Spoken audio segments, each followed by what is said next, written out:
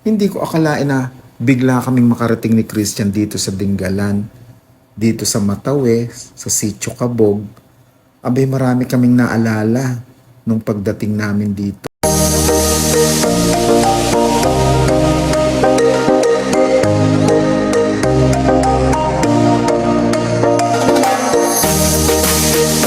Hindi ko akalain na bigla kaming makarating ni Christian dito sa Dingalan, dito sa Matawe, sa Sitio Cabog. Abay marami kaming naalala nung pagdating namin dito dahil noon, nung mga panahon na yon, madalas din kaming pumupunta dito kaya kabisado na namin ang Matawe. Kahit siguro nakapikit kami, kaya namin puntahan ng Matawe at kung saan saan kami nakakarating dito at nalilibot namin yung buong Matawe na yun hanggang sa Kailugan na tinatawag hanggang sa bundok na may daan doon na semento na pwede na siyang makarating ang sasakyan. Kaya ayan, tingnan nyo, napakaganda talaga ng Matawe. Lalo yung mga rock formation niya, ito yung baybay dagat niya, napapunta talaga doon sa Matawe. May mga kubo-kubo dyan sa gilid at may mga paupahan dito na pwedeng tulugan.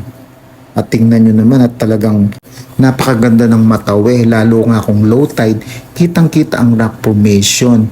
Pwede tayong pumunta doon sa kalagitnaan ng dagat kung mababaw para tayo naglalakad sa ibabaw ng tubig. O, ba't hindi natin babalik-balikan ng Matawe dahil ang ganda-ganda nga niya. Maganda ang mga rock formation kung low tide. Nandito tayo ngayon sa baybayin ng Matawe, Dingalan Aurora, at nag-aya si Christian na maggala dito at comedy off niya.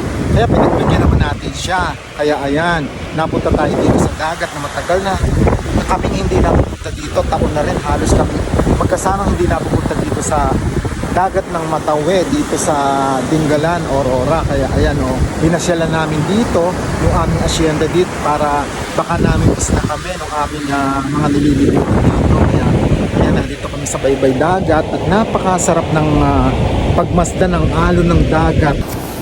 Pahapon na kami nang mapunta dito sa dagat, pa-high tide na pala noon kaya maingay na ang dagat, mahalakas na ang alon kaya hindi na rin kami nakapaligo. Kaya nag-decide kami na dito na lang sa gilid magkwentuhan at alalahanin nung madalas kami pupunta dito.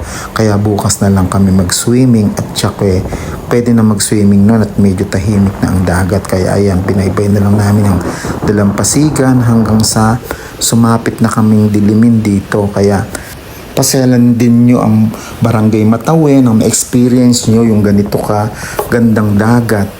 At lalo na kung ito ay tahimik at low tide, talagang napakagandang maligo dito sa Barangay Cabog o Sitio Cabog, Barangay Matawe, Dingalan Aurora. Kaya alina kayo.